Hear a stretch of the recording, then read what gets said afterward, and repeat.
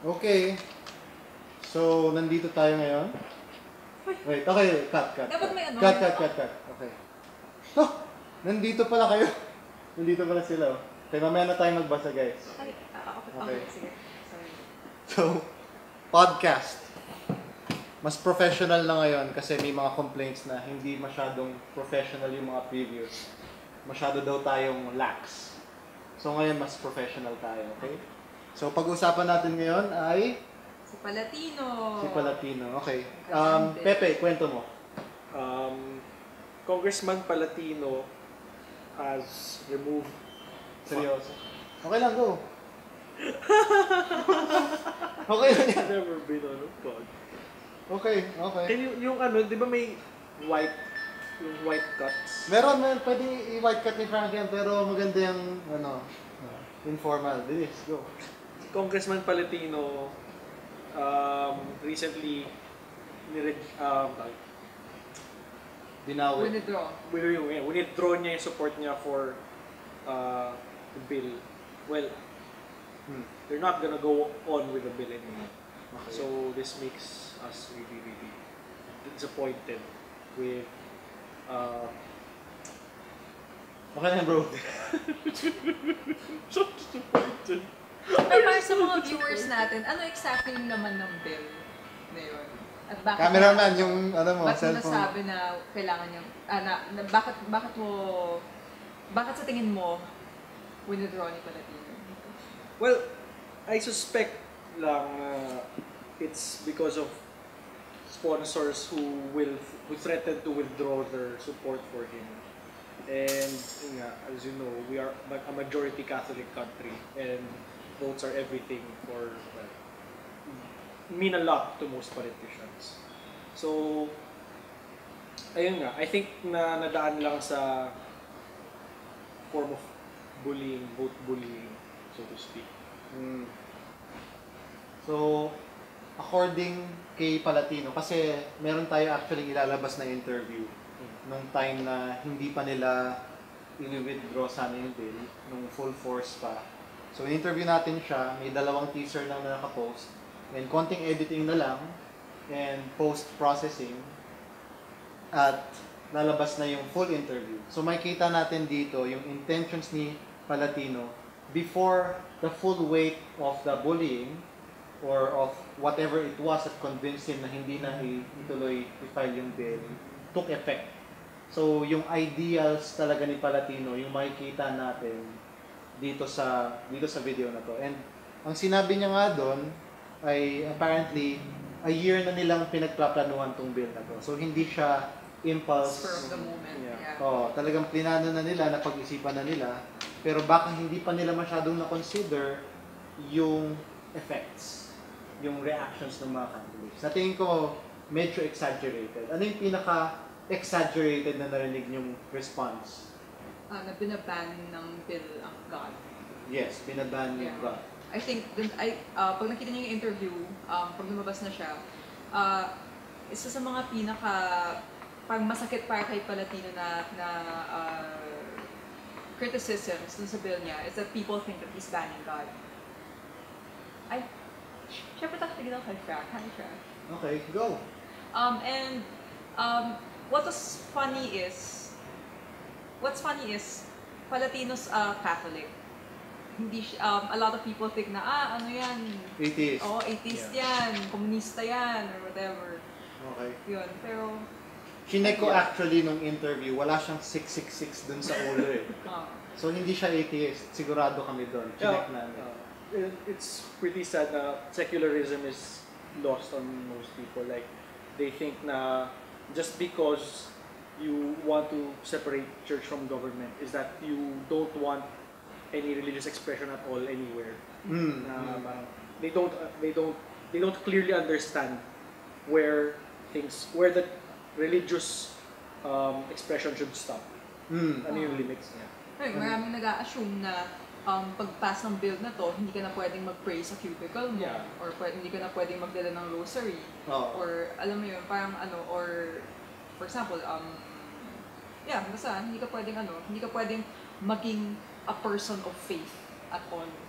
dun sa isang editorial ng The Freeman, yung newspaper ng Star sa Cebu, sinabi nila doon na in all places, ibaban yung religious displays. So doon pa lang kahit makita natin, there's a misrepresentation. Meron ng misrepresentation, meron ng strawman argument na banning God from all places, banning religious displays from all places, instead of clearly public spaces. Yeah, like people throw the argument na secularism is separation of God from church, not God from man, and these arguments are tackling what we're talking about. Public sphere tsaka private sphere. Yung public sphere, ina-acknowledge nito na walang state religion. Hindi Catholicism yung official na religion natin. Tingin ko yung isang pinakamalaking problem with regard to secularism is hindi iniisip ng mga tao, hindi nila naiintindihan, or at least ng madaming mga nag-complain dun sa bill ni Palatino, na hindi default Catholic ang bawat Pilipino. Meron tayong tinatawag na marketplace of ideas na nagko-compete yung mga iba-ibang idea, yung Christianity, Catholicism, Hinduism, Islam, atheism, agnosticism, lahat yan nagko-compete pa rin hanggang ngayon. Walang point in the history of the Philippines na natapos yung competition and dineclare na ang winner for all time is the Roman Catholic Church. Sila na yung may monopoly. Tuloy-tuloy pa rin yung freedom, and it's a free market of ideas. But a lot of people think na just because 80% supposedly ng Philippine population ay Catholic, at least on paper, parang feeling nila na a majority wins, majority rules, which is shouldn't be the case. Hindi totoo yun. Pwede nating ilagay talaga dun sa analogy ng mga products ng mga actual products. Sabihin natin, ang most ng computers ay ang gamit ay na operating system ay Windows. Di ba? Pero ibig bang sabihin nun, i-prefer na ng government natin yung Windows? Like meron ng mga subsidy sa Windows, naka-display na sa mga website na use Windows whenever may Mac tax. May taxes for Macs or Linux or kung ano mang operating system. Nagko-compete pa rin sila, and for the government to support just one, monopoly na yun. That's a monopoly.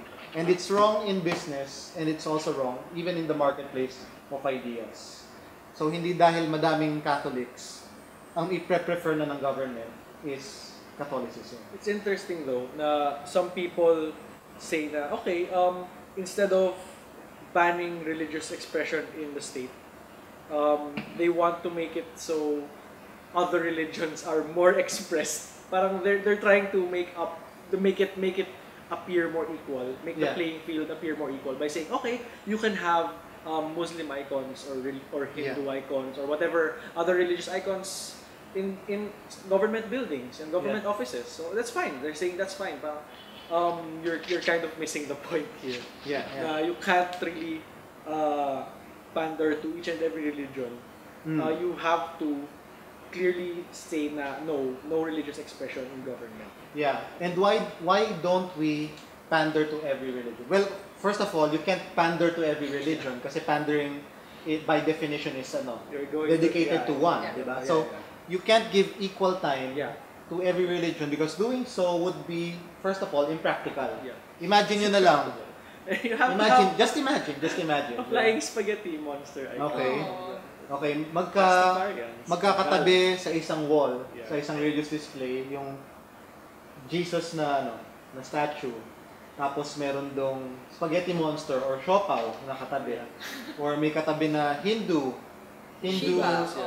gods. There are hundreds of Hindu gods. Parang X-Men lahat talaga. Buong Marvel Universe. Collection. Yes, nandun sila lahat. Kasama yung mga shapes ng Islam because they don't allow depiction of.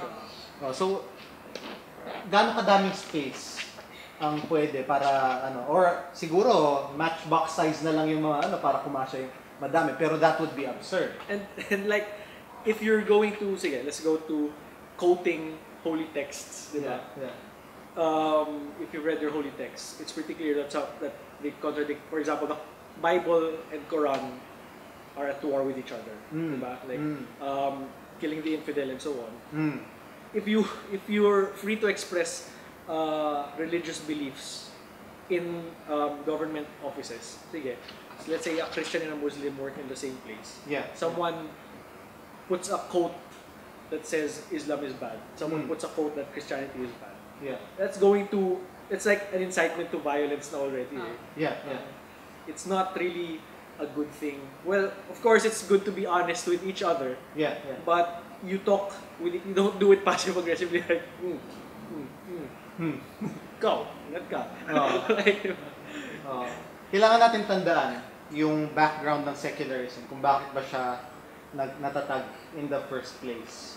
Before there was secularism, before there was separation of church and state, ang isa sa mga nagpasimula nitong countries is the US, kung saan natin ginaya yung version natin ng secularism. Madaming religious wars na nangyayari. 100-year war or 30 years war, nangyari yun sa Europe. And nagpapatayan yung mga ibang religion, Muslim versus Christian, or even Christian versus Christian, yung mga denominations na Protestant versus Catholic. Konting pagkakaiba sa doctrines nila, nag-aaway na sila, nagkakaroon sila ng wars.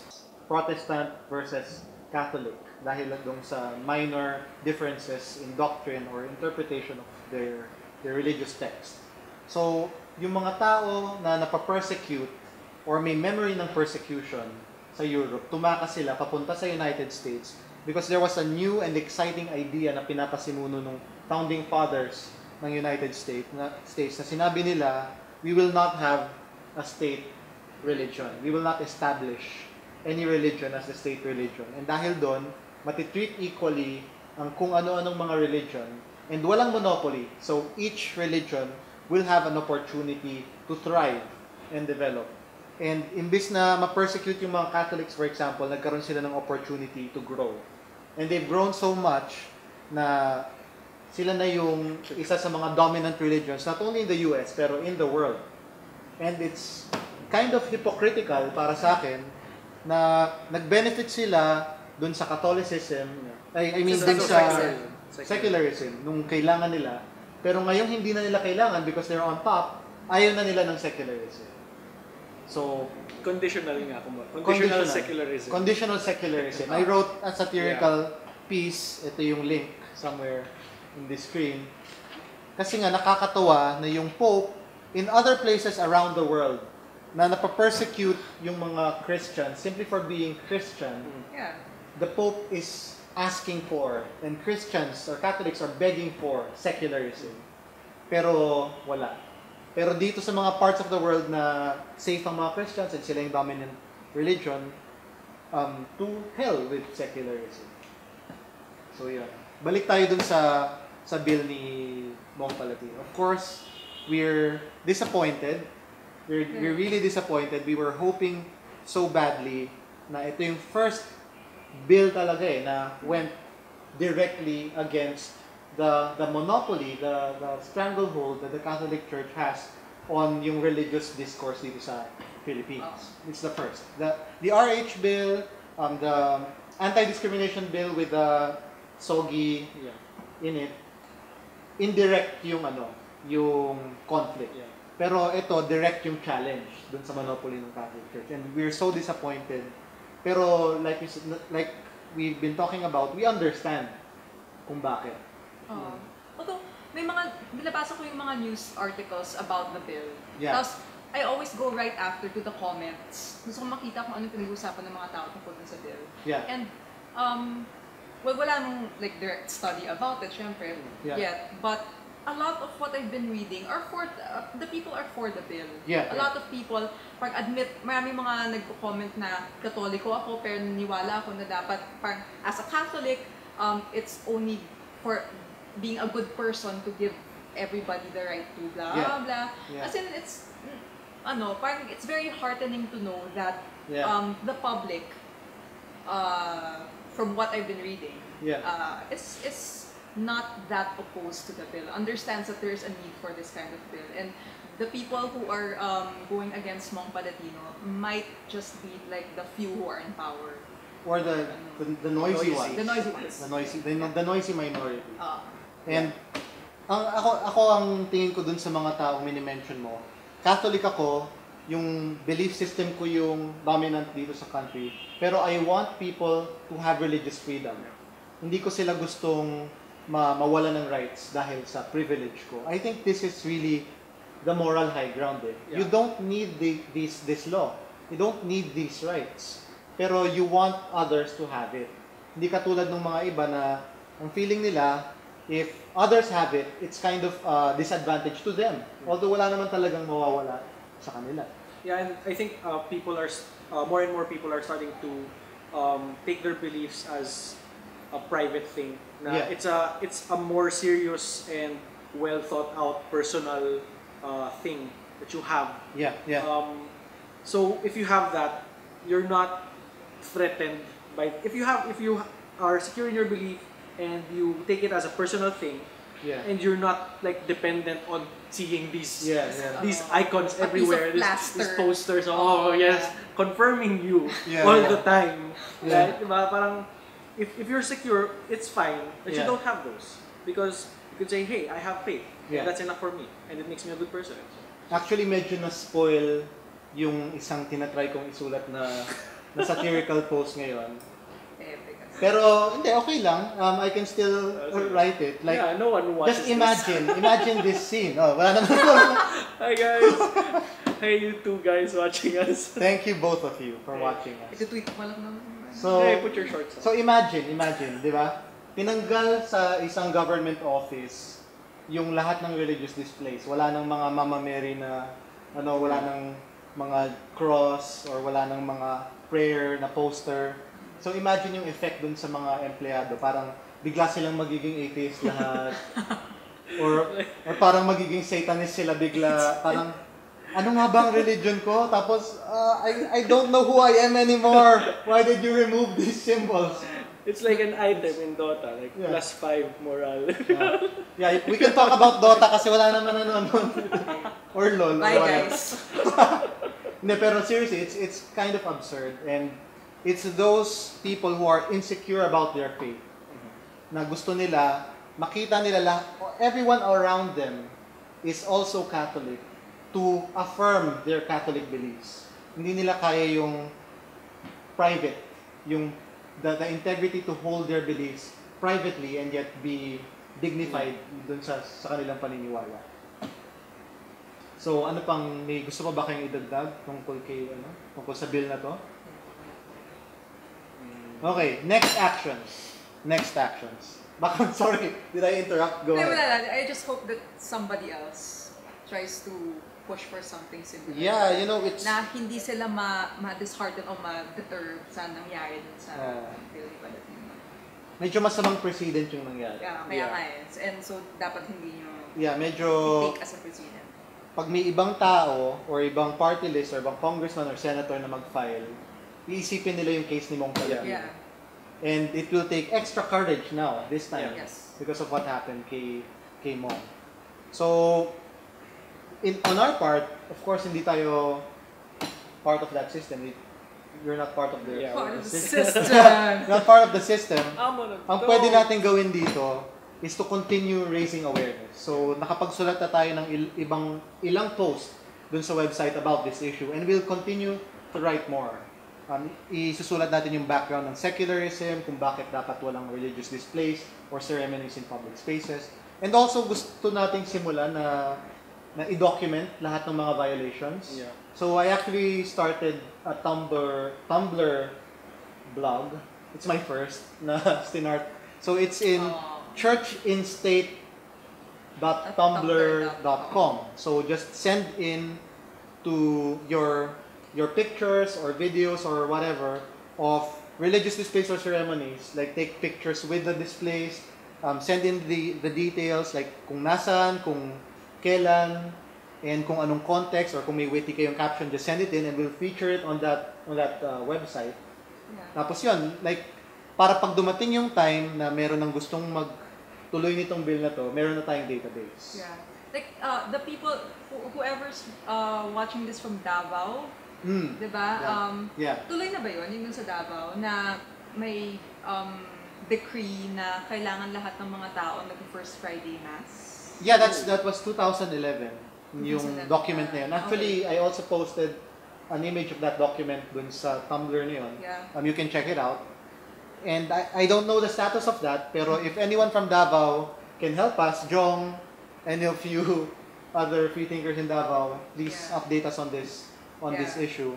If you're a government employee and you've been forced to attend First Friday Mass in Davao, especially. Yeah, and another thing, we're working on filing lawsuits to sue yung mga violations na ganito in government. It's in the works. It will take some time, and fortunately meron naman tayong mga cases in the US. Of course, we know people from the Freedom from Religion Foundation who can help us do something similar, and hopefully we can do what this bill was supposed to do, which is to just level the playing field. Yeah. So there. Follow us on Twitter, Facebook. Check out our website, and check out the Church and State blog, Pepe's blog, Psychosage. Yeah, and thank you guys for this professional podcast. Thank you. Thank you, Pepe. It's your first time. How was it? You're no longer a virgin. Yeah, to the it feels podcast. great. It feels really great. Yeah. You We might were feel gentle. sore Yeah. after, but yeah. Okay, so thank you. Oh, my pants are wet. Thank you. Sige, let's Yeah. read again. Maybe this was my. Wait, Okay. paturo nga dun sa Watermelon. D23 ng